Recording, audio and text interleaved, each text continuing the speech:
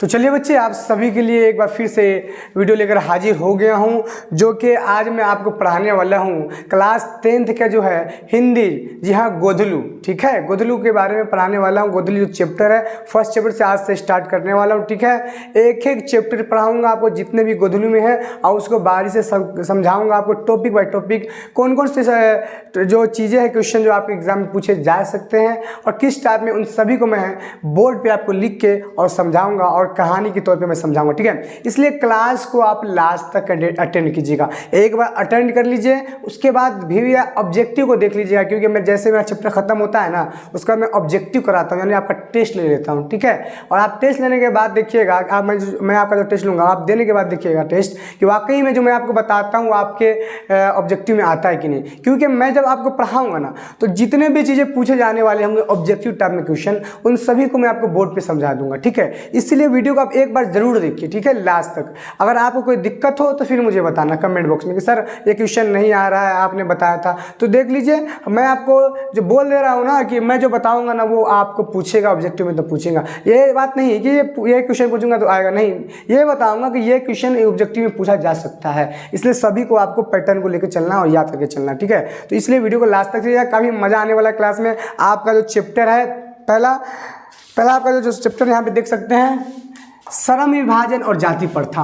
यानी श्रम मतलब जो मजदूर जो काम करते हैं, काम के आधार पर किसी के जात को बांटना, है ना, कि भाई ये इस काम को कर रहा है इसलिए वो उस जात का होगा। कोई अगर हजाम है तो भाई हजामगिरी ही करेगा, यानी बाली काटेगा। एक लोहार है, अगर लोहा का काम कर रहा है तो भाई नहीं, मतलब कि एक लोहा का काम कर रहा है तब उसको जाति के आधार पर बांट देते कि भाई ये लोहा का काम कर रहा है, वो अच्छा काम करता है इसलिए इसको लोहार कहेंगे हम। तो ये सब चीज़ें, इन सब चीज़ों के बारे में आज हम बहुत अच्छे से समझेंगे। तो चलिए लास्ट तक आप लोग देखिएगा। लेकिन इससे पहले इसका जो लेखक है, श्रम विभाजन और जाति प्रथा को लिखा किसने है, तो किसने लिखा है इस चैप्टर को, है ना, इस पाठ को, ये सबसे ज़्यादा इंपॉर्टेंट होता है। और जो ज़्यादा से ज़्यादा जो क्वेश्चन आता है जिसने किसी भी चैप्टर को लिखा रहता है हिंदी में, जैसे जाति प्रथा, श्रम विभाजन और जाति प्रथा, इसको लिखा, देखिए लेखक है डॉक्टर भीमराव अम्बेडकर। तो आपसे ऑब्जेक्टिव टाइप में क्वेश्चन पूछेगा। मैंने बोला ना आपको दो नंबर का आपको क्वेश्चन यहाँ पे बन जाता है। एक नंबर सीधा से उल्टा से, कैसे देखिए, पूछेगा कि श्रम विभाजन और जाति प्रथा के लेखक कौन है। तो भाई लेखक मतलब किसने लिखा है,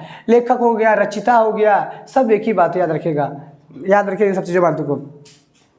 हाँ, तो लेखक है डॉक्टर भीमराव अम्बेडकर, यानी डॉक्टर भीमराव अम्बेडकर ने श्रम विभाजन और जाति प्रथा को लिखा। एक नंबर बना कि नहीं क्वेश्चन, यानी कि श्रम विभाजन और जाति प्रथा के रचिता कौन है, इस पाठ के रचित कौन है, किसने रचित किया है, तो इसका हो जाएगा डॉक्टर भीमराव अम्बेडकर। और उसी को उल्टा घुमा के पूछेगा, कैसे कि बताइए डॉक्टर भीमराव अम्बेडकर के द्वारा आपके पाठ में कौन सा रचित पाठ है। तो कौन सा रचित पाठ है, यानी भीमराव अम्बेडकर के द्वारा कौन सा पाठ लिखा हुआ है, तो ये हो जाएगा आपका श्रम विभाजन और जाति प्रथा। इस तरीके से 2 नंबर क्वेश्चन ऑब्जेक्टिव में यहाँ पे बन रहा है। तो ये इस चीज़ को देखिए, मैं आपको जो बता रहा हूँ 100% मैं कर रहा हूँ, 100% दावे के साथ कि आपको ये ऑब्जेक्टिव टाइप में क्वेश्चन बनेगा। 100% दावे के साथ कर रहा हूँ। बस एक बार आप क्लास कर लीजिए, देख लीजिएगा, ऑब्जेक्टिव में आपका एक भी चीज़ नहीं छूटेगा।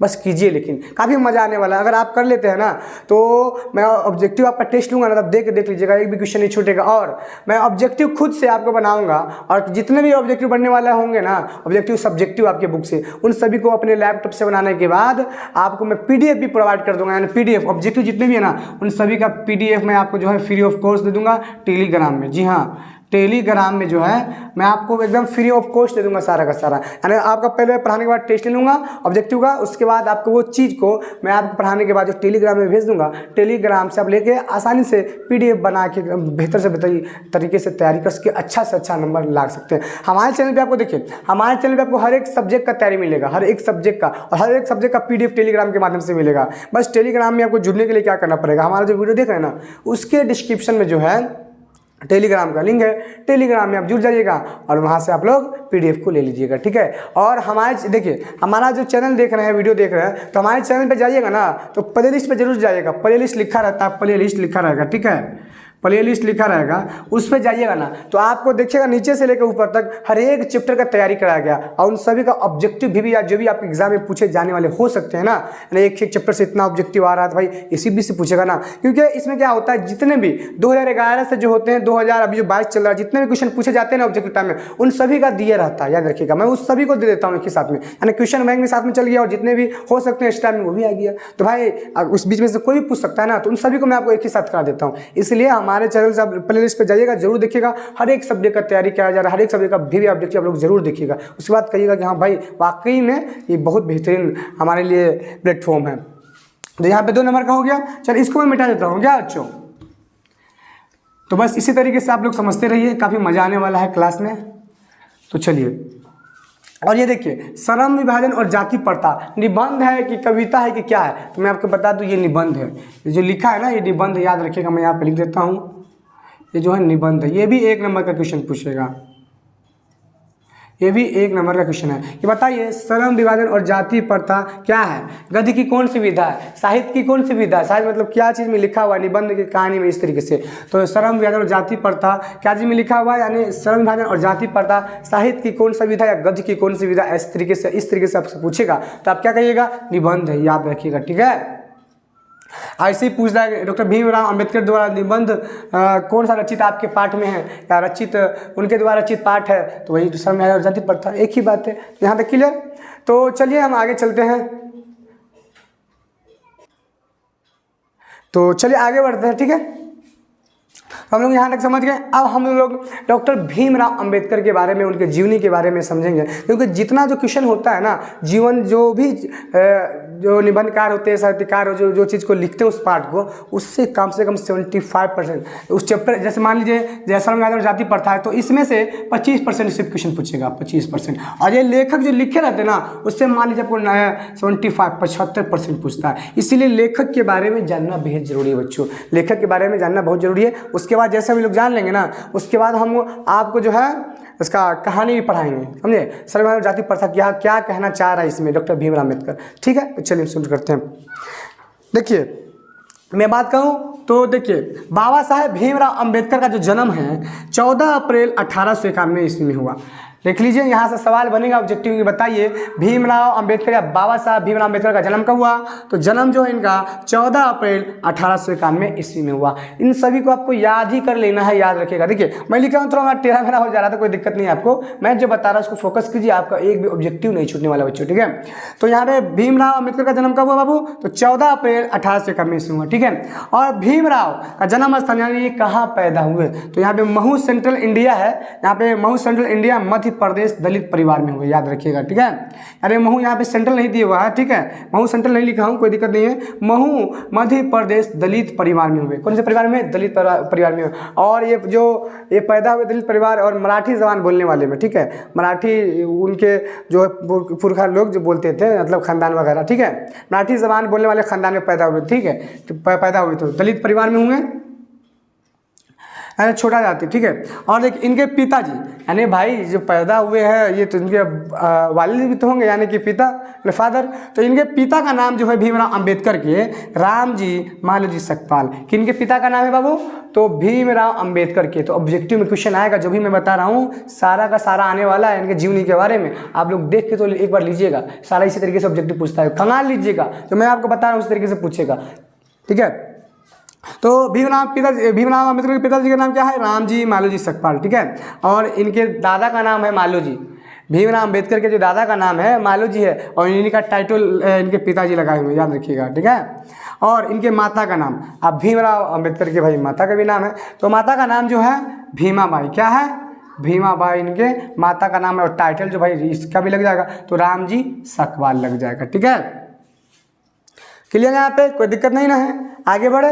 देखिए भीमराव अंबेडकर जब पैदा हुए तो उस ज़माने में भाई बहुत छुआछूत होती थी, यानी कि छोटे जो दलित परिवार में जो होते थे उसको कोई चीज़ का अधिकार नहीं था, ठीक है। और ये किस्मत वाले हैं भीमराव अंबेडकर क्योंकि उस ज़माने में है ना किसी को पढ़ने का मौका भी नहीं मिलता था। लेकिन इनके जो दादा हैं और पिताजी उस समय मिलिट्री में थे, मिलिट्री में, इसलिए उस समय रूल था भाई जो लोग मिलिट्री में उनके लिए उनके बच्चों के लिए अलग से एक स्कूल चलता था, अलग से स्कूल चलता था, उसी में उन लोगों को पढ़ाया जाता था। तो इनके फादर किस्मत वाले थे, इनकी किस्मत वाले हैं कि इनके फादर जो है क्या में थे, मिलिट्री में थे, इसलिए इनको पढ़ने का मौका मिल गया। और पढ़ने के लिए गए तो मालूम है इनके साथ छुआछूत होता था, भेदभाव होता था। इनके जो मास्टर वगैरह थे, टीचर वगैरह भेदभाव करते थे, ठीक है।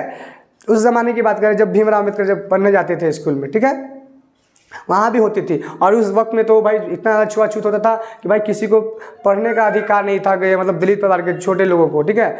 और बात की जाए तो किसी भी चीज़ का अधिकार नहीं था छोटे लोगों को। मतलब जो है अमीर ब्राह्मण क्षेत्रीय वो लोग जो उस समय थे, तो बड़े बड़े जातों का जो चलता था, छोटे जातों का नहीं, उन लोगों को कोई चीज़ का अधिकार नहीं था। उनके सामने आँख झुका के नहीं जा सकते हैं भाई, ऐसा मतलब उस समय था।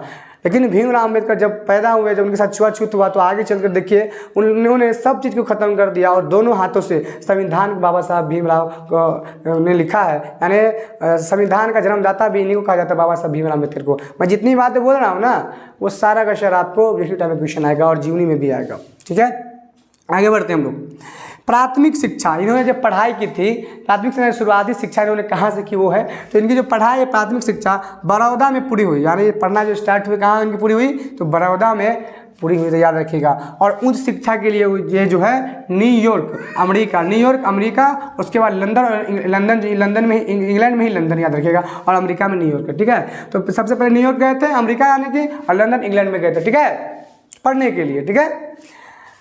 चलिए, तो ये समझ गए। और इनके देखिए इनके जो इनके पिताजी है, शुरू में जो अलग जगह दूसरे जगह पे थे, उसके बाद इनका तबादला हो गया, नौकरी से जब रिटायर हो गए ना, तो दूसरे जगह चले गए थे। तो इनके साथ ये भी क्या करते थे भाई, वहाँ से स्कूल में वगैरह में भी एडमिशन करवाना होता है, तो वो भी दूसरे जगह पर जाते थे, वहाँ एडमिशन करवाते थे। तो इस तरीके से होता था, ठीक है। और मैं आपको बता दूँ, बचपन में भीमराव अम्बेडकर को भेमा कहते थे। बचपन में इनके घर वाले जो है भीमराव अम्बेडकर को भेमा कह के पुकारते थे, क्या, भेमा, ठीक है, भेमा कहते थे। भेमा उनके गांव के लोग उनको पुकारते थे प्यार से, याद रखिए, ठीक है। चलिए आगे बढ़े हम लोग। प्राथमिक शिक्षा हो गई, समझ गए आप लोग, कोई दिक्कत नहीं ना है। आगे बढ़ते, देखिए आगे है इंग्लैंड बड़ौदा नरेश के प्रोत्साहन से, बड़ौदा नरेश के प्रोत्साहन से, यानी कि जो पढ़ाई करते थे ना, तो बड़ौदा जो नरेश है उनके प्रोत्साहन से, यानी कि इनकी राशि से जो है इनकी पढ़ाई जो है पूरी तरीके से कंप्लीट हुई है, ठीक है। तो आई होप आप लोग समझ गए होंगे। चलिए हम लोग आगे बढ़ते हैं। क्या आप देखिए प्रेरणा स्रोत, मतलब ये किससे प्रेरणा लिए, इनको मतलब जो है प्रेरणा किससे मिली, तो भाई देखिए इनको प्रेरणा जो है बुद्ध से मिला, कबीर से मिला, ज्योतिबा फूले से। क्योंकि ये लोग जो है ये लोग भी किसी कभी अपने जीवन में है किसी भी जात से ये लोग भेदभाव नहीं करते थे, ठीक है। यानी सबको है समानता का अधिकार मानते थे। इसलिए इनके जीवनी के बारे में पढ़ा लिखा समझा भी बाद में, और पहले समझ उसके बाद लिखा। उसके बाद ये उन्होंने क्या किया, इनके प्रेरणा स्रोत बन गए। यानी इनके प्रेरणा से इन्होंने बाद में जाकर बुद्ध मजहब को भी ये मजहब को, मतलब बुद्ध मजहब को इन्होंने मानने लगे थे। बुद्ध मजहब को ही धर्म अपना बना लिए थे, ठीक है। यानी बुद्ध मजहब को लास्ट में जाके इन्होंने धर्म अपनाया था, बुद्ध धर्म को अपनाया था, ठीक है। तो बुद्ध कैसा था, कबीर जी का भी यही हाल था। कबीर जी भी जो है अपने वक्त में जो है ये किसी भी धर्म से भेदभाव नहीं करते थे, सबको एक साथ मानते थे, जो इनके साथ होता था भीमराव अम्बेडकर के साथ। तो इनका उन्होंने देखा कि भाई ये लोग ऐसे व्यक्ति है, तो ये लोग इनसे लिए। और ज्योतिबा फूले भी ऐसी थी, तो इन लोगों से इनका प्रेरणा स्रोत था, याद रखिएगा। ये सारा का सारा ऑब्जेक्टिव क्वेश्चन पूछेगा, तो और भी देख लेते, उसके बाद में अच्छे से समझेंगे, ठीक है।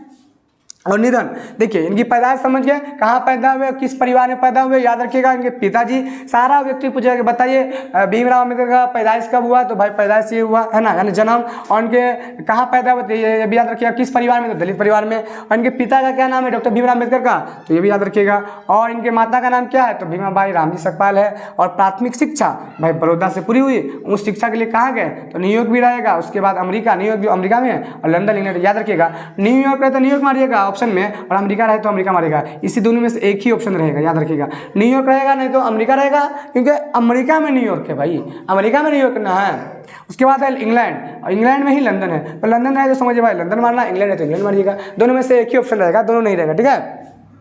उसके बाद बड़ौदा नरेश के प्रोत्साहन से इनकी पढ़ाई, मतलब किसके राशि से ये पढ़े, तो भाई बड़ौदा स्टेट जो है बड़ौदा नरेश के प्रोत्साहन से पढ़ाई हुए। और प्रेरणा स्रोत, मतलब ये किससे प्रेरणा स्रोत थे, भाई बुद्ध, कबीर, ज्योतिबा फूले से। और इनका निधन पूछेगा एकदम भी यह है, यही का सारा क्वेश्चन आपके ऑब्जेक्टिव में आएगा, सारा का सारा, ठीक है। और निधन इनका कब हुआ, तो दिसंबर 1956 में। कहाँ हुआ, तो दिल्ली में। यानी भीमराव अम्बेडकर का जो है निधन जो है कब हुआ, 1956 में कहाँ हुआ भाई? तो दिल्ली में हुआ। तो जितना भी मैंने आपको पढ़ाया है ना, बस आप ध्यान से देखिए तो सारा का सारा ऑब्जेक्टिव में कितना ऑब्जेक्टिव बन गया। ये चीज़ अगर आप समझ गए ना, मैंने आपको पढ़ाया है तो आप समझ गए होंगे। उम्मीद है, आई होप, उम्मीद आशा है आपसे कि आप लोग समझ होंगे। तो सारा का सारा ऑब्जेक्टिव में आपसे पूछेगा। और चलिए एक और भी है, इनका जो किताब जो लिया गया है, जो श्रम विभाजन और जाति प्रथा, जो इंग्लिश में लिखा हुआ था, इंग्लिश में लिखा हुआ था, इसको जो है हिंदी में उच्चारण किया गया। और किसने किया? तो ललित यादव ने हिंदी में इसका किया था। तो इसके हम बुक से भी देख लेते हैं, ठीक है। और इसके 21 जो है, मैं अब दिखा देता हूँ आपको।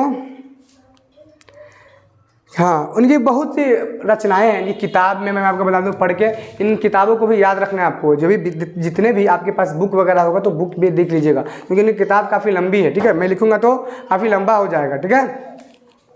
तो मैं आपको दिखा दूं कि बाबा साहब ने अनेक पुस्तकें लिखी, जिसमें मैं आपको बताता हूँ। उनकी प्रमुख रचनाएं the castes in India, the castes in India किसकी लिखी हुई है? तो भीमराव अम्बेडकर की। मैं आपको लिखाता हूँ, काफ़ी लंबा है, आप पढ़ के सुन लीजिए, आपको ऑब्जेक्टिव में सारा का ध्यान सुनिएगा, ठीक है। द कास्ट इंडिया की एक पहली किताब है। दूसरा है देयर मैकेनिज्म, ये भी भीमराव अम्बेडकर द्वारा लिखा हुआ है। जेनेसिस एंड डेवलपमेंट, इनका ये भी किताब किसका लिखा हुआ है? तो भाई भीमराव अम्बेडकर द्वारा। द अनटचेबल्स, ये भी इसी का लिखा हुआ है, भीमराव अम्बेडकर का। हु आर दे, और उसका दूसरा किताब है who are Shudras, Buddhism and communism. और दूसरा किताब है बुद्धा एंड हिज धम्मा। और अगला किताब है thoughts on linguistic states, the rise and fall of the Hindu women. सब जो है इंग्लिश में लिखा हुआ है, इनका किताब भीमराव अम्बेडकर ने लिखा है। उसके बाद है एनिहिलेशन ऑफ कास्ट आदि, हिंदी में उनका संपूर्ण वार्ड में, ठीक है, यानी लिखा हुआ है इनका, ठीक है। जो इन्होंने लिखा है, भारत सरकार के कल्याण मंत्रालय से बाबा साहब अम्बेडकर संपूर्ण नाम से 21 खंडों में प्रकाशित हो चुका। यानी इसका जो जितना भी किताब वगैरह है 21 खंडों में जो है इनका जो है वक्त है, यानी कि छपाया हुआ। याद रखिएगा, पूछेगा आपको ऑब्जेक्टिव में कि बताइए भीमराव अम्बेडकर का जो है कितने खंडों में इनका प्रकाशित हुआ है, बताइए वर्ड में। तो याद रखिएगा 21 खंडों में प्रकाशित हुआ भारत सरकार में, याद रखिएगा, ठीक है। इनकी इतनी किताब है। और इन्होंने जो किताब लिखे थे कि ये प्रस्तुत पाठ बाबा साहब के विख्यात भाषण annihilation of caste, annihilation of caste जो इनकी किताब है इंग्लिश में लिखी हुई थी, तो उसको देखिए। ललई सिंह है, आपके याद नहीं है, ललई सिंह, याद रखिए। मैं आपको दिखा देता हूँ, यहाँ पे देखिएगा। मैं यहाँ तक समझ गया, कोई दिक्कत है ना, मैं यहाँ पे लिख के समझाता हूँ आपको। यहाँ पे देख लीजिएगा, क्या है, ललई सिंह। इन्होंने क्या किया था? ललई सिंह जो है, ललई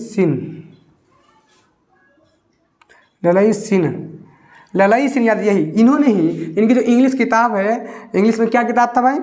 इंग्लिश का किताब annihilation of caste, annihilation of caste को ललई सिंह ने ही इंग्लिश की जो किताब थी एनिहिलेशन ऑफ कास्ट, इसको इन्होंने इंग्लिश में तब्दील किया। श्रम विभाजन और जाति प्रथा में जो लिखा हुआ था हिंदी में, ये इनको इन्होंने ट्रांसलेशन किया, ठीक है, ट्रांसलेट किया। याद रखिएगा, यादव द्वारा दिए गए हिंदी रूपांतर जाति भेद का उच्छेद से किंचित संपादन के साथ लिया गया है।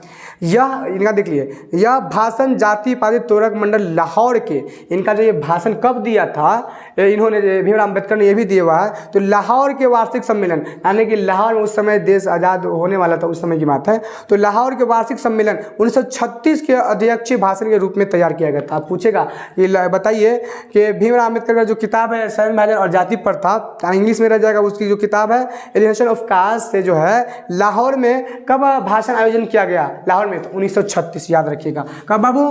तो 1936, ये याद रखिएगा। और किसने इस भाषण को इंग्लिश में ट्रांसलेशन किया था, मतलब हिंदी में? तो ललई सिंह ने, याद रखिएगा। बस आप इतनी चीज़ को याद रखिए, कोई दिक्कत नहीं होने वाला आपको।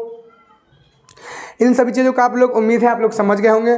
तो देखिए, जितना मैंने आपको बताया है यही सारा का सारा ऑब्जेक्टिव टाइम में आएगा, ठीक है। तो इसको आपने समझ लिया तो कोई दिक्कत नहीं है, देखिएगा।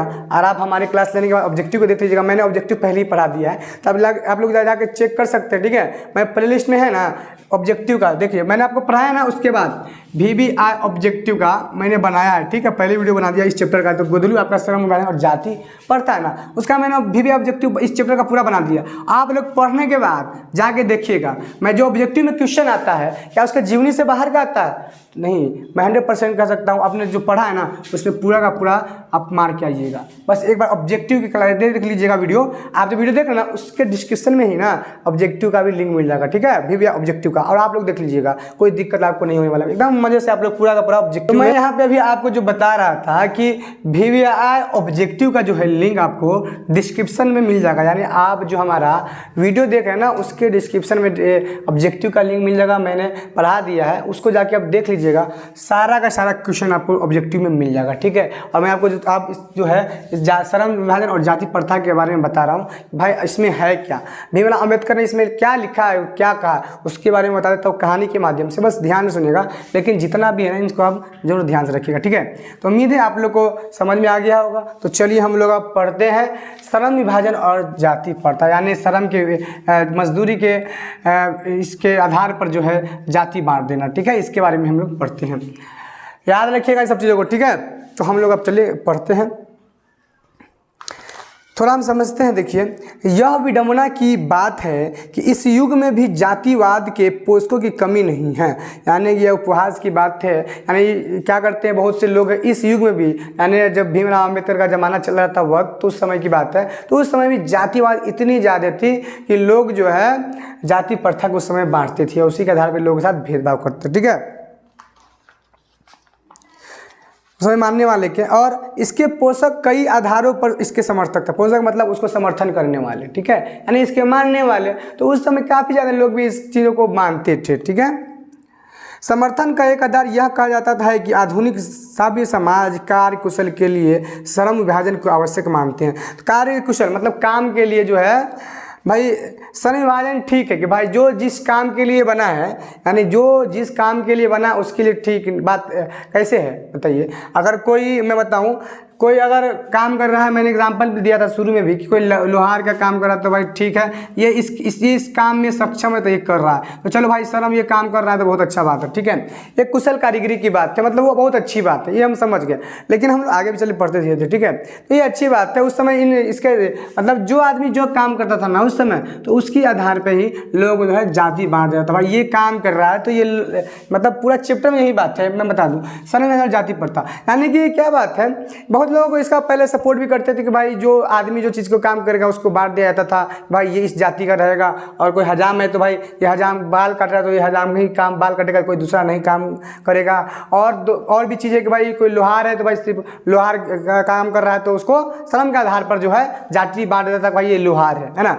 और भी बहुत सी ऐसी चीज़ें हैं जो लोग जिस काम को करता था ना उसको श्रम के आधार पर लोग जो है जाति प्रथा में बांट देता था, जो कि ये चीज़ें गलत थी उस समय में, ठीक है। लेकिन धीरे धीरे हम क्या समझते हैं इस चैप्टर में कि ये होना चाहिए, असल में ये होना चाहिए कि जो आदमी जिस काम के लायक हो, यानी कि अगर कोई इंसान है कोई भी जात का हो, भाई कोई भी जात का हो, ऐसे नहीं कि वो अगर हजाम है तो हजाम सिर्फ जो है एक ही काम करेगा, मतलब बाल ही काटेगा, ऐसा नहीं है। उसके पास हुनर है, कुशलता, पावर है तो वो दूसरा भी काम कर सकता है ना। तो वो रुचि उसके ऊपर है ना। मान लीजिए कि हमारे पहले जो है नस्ल के आधार में भी बांटा जाता था, क्या होता था इस चैप्टर में है भाई, जिसके घर में जो बच्चा पैदा हुआ, अगर वो लोहार के घर में पैदा हुआ तो लोग समझता भाई ये लोहारी है, लोहार का काम ही करेगा। तो ये आने वाले बच्चे पे निर्भर न करेगा उसका रुचि क्या है, मैं वो क्या करना चाहता है। अब ये बात थोड़ी ना कि कोई लोहार का बेटा है तो भाई वो लोहारी में उसका मन लगेगा, ये थोड़ी ना है निश्चित, ऐसा नहीं ना है। लेकिन पहले के वक्त में ये था भाई लोहार के लोग जो बांट देते कि भाई लोहार के घर में बेटा पैदा हुआ तो लोहार का ही काम करेगा, यानी जो आदमी जो काम कर रहा है उसके आधार पर उसके जात को पहले बांट दिया जाता था, जो आजकल भी प्रथा चलता आ रहा है और आज भी थोड़ा कम होता है। लेकिन ये चीज़ें गलत है, ये मनुष्य के जो जीवन में नहीं होना चाहिए। भाई आदमी है, अगर कोई भी इंसान है, अभी के वक्त में देखिएगा कोई IPS बनता है, UPSC बनता है, कोई भी जात का, ऐसा नहीं होता भाई किसान का बेटा है भाई किसानगिरी करेगा। आज देख लीजिए कितना ज़्यादा फर्क है, तो बहुत चीज़ें ये सब फर्क आई है। तो ये आदमी इसके ऊपर रुचि के ऊपर करता है कि भाई वो आगे चल के जिसके घर में बच्चा पैदा हो वो क्या चीज़ करेगा, वो आने वाले नस्ल के ऊपर करता है, निर्भर करता है। लेकिन जो समाज में जो लोग थे गलत अवधारणा के चक्कर में लोगों को बांट दे रहते हैं आपस में, इसके चक्कर में लेखक कहते हैं ये सब चीज़ें गलत है, ऐसा नहीं होना चाहिए था और ये मनुष्य के लिए सबसे ज़्यादा खतरनाक था, ठीक है। बहुत चीज़ें हैं, मैं देखता हूँ और भी पढ़ लेता हूँ जो आपको समझने वाली चीज़ होगी, समझाने वाली। जाति प्रथा को यदि श्रम विभाजन मान लिया जाए तो यह स्वाभाविक विभाजन नहीं है, यानी कि भाई जो जिस जात का रहेगा, मैंने को समझाया कि जाति प्रथा यानी कि उसके ही आधार पे मान ले कि भाई ये श्रम विभाजन है, तो ये ठीक नहीं होगा। कि मगर जो इंसान, अगर मैंने बताया कि मैंने हजाम का एग्जांपल दिया था, ये हजाम कर रहा है तो भाई मतलब काम कर रहा है ना, तो भाई यही जात का होगा, ये गलत बात है भाई। दूसरा भी अभी के वक्त में लोग कमाने के लिए सीख सकते हैं, काम कर सकते हैं, मतलब जिसका रुचि कर सकता है, तो ये उसके ऊपर निर्भर न करता है, मनुष्य कैसे तय करेगा। तो ये सब चीज़ें लोग पहले के वक्त में ये सब तय कर दिए जाते थे, जो कि गलत बात है। और ये विडंबना भी था, लेखक का उपहास था, सोच थी, ठीक है। कुशल व्यक्ति या सक्षम श्रमिक समाज का निर्माण करने की आवश्यक है कि हम व्यक्तियों की क्षमता इस सीमा तक विकसित करें जिससे वो अपने पेशा या कार्य को चुनाव समय कर सके। यानी किसी भी कोई जाति का रहे, कोई भी जाति का रहे, हमको उतना उसको अहम बनाना चाहिए, उतना कुशलतापूर्वक उसको समझाना चाहिए, सिखाना चाहिए कि वो आगे चलकर वो अपने रुचि के हिसाब से किसी भी काम को अगर करना चाहे तो आसानी से कर ले। ऐसा नहीं कि भाई लोहार का बेटा है तो लोहारी करेगा, है ना, क्षेत्रीय का बेटा है, ब्राह्मण है तो ब्राह्मण वाला ही काम करेगा भैया, बस ब्याज वाले पैसा लगाएगा, ऐसा नहीं बात है। उसके ऊपर कुछ भी कर सकता है, देखते करते हैं अभी के वक्त में। तो ये सब चीज़ें, ठीक है, तो समाज के ऊपर हमारा निर्भर करता है, ठीक है। इस सिद्धांत के विपरीत, मतलब इसके उल्टा जाति प्रथा का दूसरी सिद्धांत यह है, यानी कि बेकार, कि इससे मनुष्य के प्रशिक्षण अथवा उसकी निज क्षमता का विचार किए बिना दूसरे दृष्टिकोण जैसे माता पिता के सामाजिक स्तर के अनुसार पहले से ही, अर्थात गर्भधारण के समय से ही मनुष्य का पेशा निर्धारित कर दिया जाता है। यानी मैंने आपको बताया ना कि लोग जो है सनाविभाज्य, मतलब कि कोई भी अगर बच्चा पैदा हो रहा है ना, उसको गर्भधारण के ही समय, यानी कि भाई इसके घर में अगर बच्चा पैदा होगा तो लोहारी पैदा होगा। तो इस तरह के पहले जो है लोगों की सोच थी, जो कि गलत बात थी। ना उल्टा की बात क्या जाए, जाति प्रथा पेशे का दोषपूर्ण पूर्व निर्धारण ही नहीं करती बल्कि मनुष्य के जीवन भर के लिए एक पेशे में बांध भी देती है। कि भाई अगर ये इस घर में पैदा हुआ है तो इसी काम को करेगा, तो इससे क्या होता है भाई कि वो ताना बार बार जब मारिएगा ना तो वो आदमी के दिमाग में है ना घुस जाता है। अब कहता है भाई हम लोहार के घर में पैदा तो लोहारी वाला काम करेंगे, तो ये जीवन भर का वंश वाला काम हो जाता है ना, आगे की आने वाली पीढ़ी के लिए, जो कि नहीं चाहिए। तो मनुष्य के द्वारा इस तरीके से बांट दिया जाता था। बताइए, काफ़ी ज़्यादा गर्मी है, देखिए थोड़ा गर्म भी ज़्यादा लग रहा है, लेकिन आप लोगों के लिए वीडियो बना रहा हूँ। आई होप आप लोग समझ पा रहे होंगे इन सब चीज़ों को। देखिए बारीकी समझिए, तो मैं आपको समझा रहा हूँ, कुछ समझिए, उसके बाद जितने खत्म होगा ना, तो जितने भी क्वेश्चन आंसर होंगे इस चैप्टर के आपके, वो भी आपको प्रोवाइड कर दूँगा, जिससे कि रफ फेयर करके आप लोग याद करके PDF से आप याद कर लीजिएगा, जिससे कि आसानी से आप लोग कोई दिक्कत नहीं होगा, ठीक है, आसानी से याद कर लीजिएगा। चलिए यहाँ तक समझ गए ना आप। आधुनिक युग में यह स्थिति प्राय आती है क्योंकि उद्योग धंधों की प्रक्रिया व तकनीक में निरंतर विकास और कभी कभी अकस्मात परिवर्तन हो जाता है, जिसके कारण मनुष्य को अपना पेशा बदलने की आवश्यकता पड़ सकती है। और अभी के वक्त में जो है देखते करते हैं क्या हाल चाल है। अगर भाई उसका काम ही नहीं चल रहा है, मान लीजिए लोहार का, तो क्या करेगा भाई, मर जाएगा भूखे का, दूसरा काम भी ना करेगा। तो बात ये है, लेकिन अभी के युग में ऐसा हालात है कि भाई देखबे करते क्या हालात चल रहा है कि कभी कोई भूखे मर रहा है तो भाई अगर वो उसका पेशा निर्धारित पहले से कर देंगे कि वही काम करेगा, कोई दूसरा काम नहीं करेगा, पहले के वक्त की बात कर रहे हैं, उस समय, अभी तो कम हुआ है, लेकिन अम्बेडकर जी ने लिखा उस समय की बात बोल रहा हूँ, उस समय ऐसा होता था। तो भाई अगर काम चले, कोई तंगी आ गई तो क्या होगा, वो लोग तो भूखे मर जाएगा, दूसरा काम उसको नहीं आएगा। तो इसलिए कुशल विकसित बनाना चाहिए बच्चों को। ऐसा नहीं सोचना चाहिए कि भाई जिसमें जिसके घर में पैदा हुआ है, जो भी जात का, वो वैसा ही बनेगा।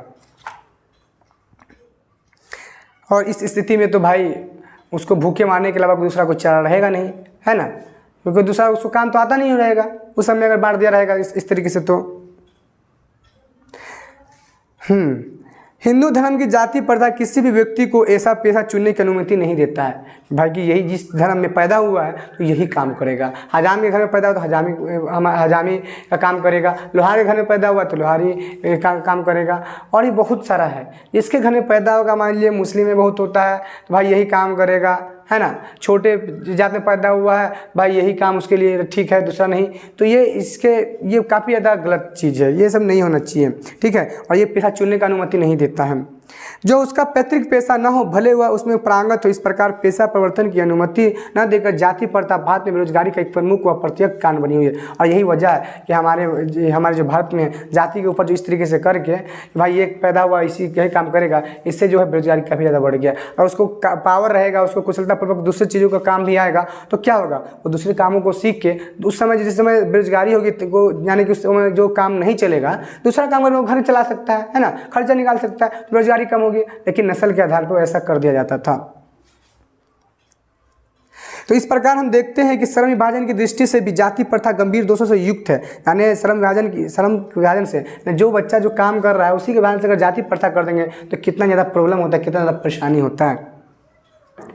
जाति प्रथा का श्रम विभाजन मनुष्य के स्वेच्छा पर निर्भर नहीं रहता। मनुष्य की व्यक्तिगत भावना तथा व्यक्तिगत रुचि का इसमें कोई स्थान अथवा महत्व नहीं रहता।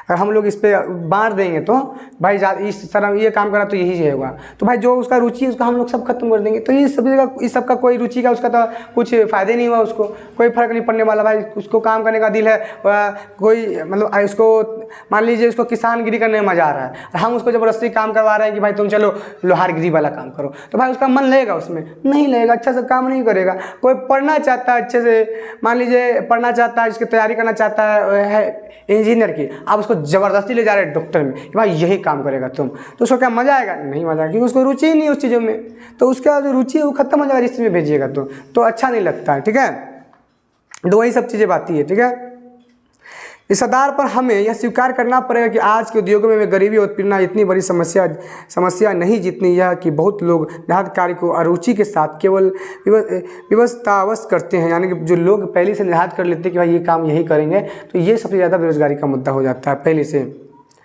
और यही चीज़ जो है मनुष्य को है बेरोजगारी की तरफ ले जाता है, दूषित की ओर ले जाता है। ठीक है, तो यही सब चीज़ें थी। ठीक है, और इन्हीं चीज़ों से जो है मनुष्य को बचना चाहिए। ठीक है, और देखिए अब मैं इस समस्या को जो है दूर करना चाहिए। ठीक है, भीमराव अम्बेडकर जी ने भी कहा है कि अब मैं समस्या के रचनात्मक पहलू कर लेता हूँ। मेरे द्वारा जाति प्रथा की आलोचना सुनकर आप लोग मुझसे यह प्रश्न पूछना चाहेंगे कि यदि मैं जातियों के विरुद्ध हूँ तो फिर मेरी दृष्टि में आदर्श समाज क्या? यानी भीमराव अम्बेडकर कर रहे हैं भाई, अगर मैं जातियों के विरुद्ध, मैं जिस जाति को नहीं मान रहा हूँ, मैं इसी जाति में पैदा हुआ तो यही काम करूँगा, इसके विरुद्ध हूँ, भाई बात क्या है? सही बात बताइए। तो भीमराव अम्बेडकर कह रहे हैं, मेरा प्रश्न, ये मेरा उत्तर होगा, मेरा आदर्श समाज स्वतंत्रता, समता, भातृत्व पर आधारित होगा। यानी कि मैं सबको जो है एक नज़र से देखूंगा, सब में बराबरी का अधिकार दूंगा, सबको स्वतंत्रता है, सब जो भी चीज़ है हमारे चीज़ आज़ादी है वो सब चीज़, मतलब जो भी स्वतंत्र है भारत में जो रहता है उसको स्वतंत्र है, जो मन चाहे वो कर सकता है, मैं दूंगा। ऐसा नहीं कि जो उस जात में पैदा वही काम करेगा, नहीं, आपको जिसमें कुशलतापूर्वक आप जो काम कर सकते हो उसको करिए, ये है इनका कहना। ठीक है, भाईचारे के साथ रहिए, भेदभाव नहीं कीजिए एक दूसरे के साथ। ठीक है, सबको रक्षा के प्राप्ति सहज रहना चाहिए, यानी सबकी बराबरी का अधिकार है, सबके एक समान पूर्वक लोगों में मतभेद नहीं होना चाहिए, आपस में जितने भी समान मतभेद नहीं करना चाहिए, और एक समान जो है लोगों के भाईचारा के साथ रहना चाहिए। रक्षा भी जो है सबका साथ होना चाहिए, ऐसा नहीं कि एक ही को।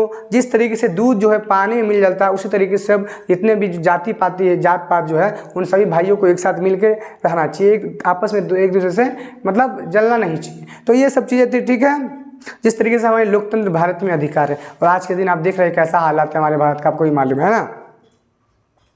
लोकतंत्र मूलतः सामूहिक जीवनचर्या की एक रीति तथा समाज के सम्मिलित अनुभवों का आदान प्रदान का नाम है। इसमें यह आवश्यक है कि अपने साथियों के प्रति श्रद्धा व सम्मान का भाव हो। यानी कि लोकतंत्र में भाई सबके एक दूसरे के जो भी आपके सामने है, कोई भी धर्म का हो, उसके साथ जो है समान व्यवहार करना चाहिए। ऐसा ना कुछ हो कि वो आपसे मतलब ऐसा कुछ अपमानजनक बात करे जिससे कि वो बुरा आपसे मानता है, ऐसा नहीं। हमारे भारत में है कि भाई एक दूसरे सब चीज़ रहे ठीक ठाक। ठीक है, तो ये चीज़ें उन्होंने लिखा है कब? भीमराव अम्बेडकर ने। तो अपने ज़माने में अपने युग की ये सब चीज़ें बातें हैं। हमारे भारत में ये सब चीज़ लोगों को अधिकार है कि वो किसी भी धर्म को जो है गलत ना कर सके, है ना, उसके जाति के आधार पे बांटे नहीं, भेदभाव के आधार पे ना बांटे, है ना, जिससे कि मतलब आगे आने में कोई भी चीज़ प्रॉब्लम ना हो। ठीक है, वरना आपने देखा ये कहानी कितनी ज़बरदस्त है। तो इस तरीके से ये चैप्टर मैंने आपको पढ़ाया, समझ गए, उम्मीद है। ठीक है, विनम्र मतलब जो है उसका आशा, ठीक है, उपहास जो करना चाहता है, ठीक है, उनकी जो इच्छा है, ये बात आपने समझ गया होगा। उम्मीद है आप लोग को ये पूरा का पूरा चैप्टर जो है श्रम विभाजन और जाति प्रथा जो लिखा है, निबंध जो है उसको भीमराव अम्बेडकर ने लिखा है। बाबा साहब को ही याद रखिएगा, बाबा साहब भीमराव अम्बेडकर को ही संविधान का निर्माता भी कहा जाता है। सारा का सारा ऑब्जेक्टिव में आएगा। उम्मीद है आप लोग समझ गए होंगे। तो मिलते हैं फिर आपको ऑब्जेक्टिव की क्लास में। देखिए ऑब्जेक्टिव का जो मैं आपको है, ऑब्जेक्टिव का लिंक मैं इस वीडियो के डिस्क्रिप्शन में दे दूंगा, आप लोग जरूर जाके देख लीजिएगा। ठीक है, सारा का सारा टकरा जाएगा। और जैसे आपका इस चैप्टर का जितना भी सब्जेक्टिव का होगा ना आंसर, सभी मैं आपको प्रोवाइड PDF के जरिए करवा दूंगा, ठीक है। इसलिए हमारे टेलीग्राम में आप लोग जुड़ जाइएगा, डिस्क्रिप्शन में लिंक है, ठीक है। और हमारे चैनल से जरूर, हमारे चैनल पर जितने भी प्लेलिस्ट बना होगा जाइएगा, विजिट कीजिएगा, सारा चैप्टर का आपको मिल जाएगा, सारा चैप्टर का भी ऑब्जेक्ट जरूर जाके देखिएगा। ये आपका जो है देखने वाले संस्कृत का भी मैंने ऑब्जेक्टिव डाल रखा है, जाके आप लोग देख लीजिएगा, बना है, ठीक है। तो आप लोग कोई दिक्कत नहीं होने दूंगा, ठीक है। बस आप हमारे चैनल से जुड़े, आप लोग तैयारी करें मैट्रिक वाले बच्चों, आपका एकदम बेहतर से रिजल्ट जाने वाला है। मैं आपको हर एक चीज़ प्रोवाइड कराने वाला हूँ, क्वेश्चन बैंक से लेकर हर एक चीज़, यानी कि जितना भी आप देख रहे हैं ऑब्जेक्टिव से लेकर आंसर के PDF के माध्यम से आपको निःशुल्क यानी फ्री ऑफ कॉस्ट में आपको टेलीग्राम से मैं दूंगा, जिससे बेहतर से बेहतर तैयारी करके अच्छा से अच्छा मार्क कर सकते हैं। तो आशाएं हैं आपको हमारी ये वीडियो काफ़ी ज़्यादा पसंद आई होगी। तो मिलते हैं फिर अगले वीडियो में, जब तक के लिए आप सभी का धन्यवाद।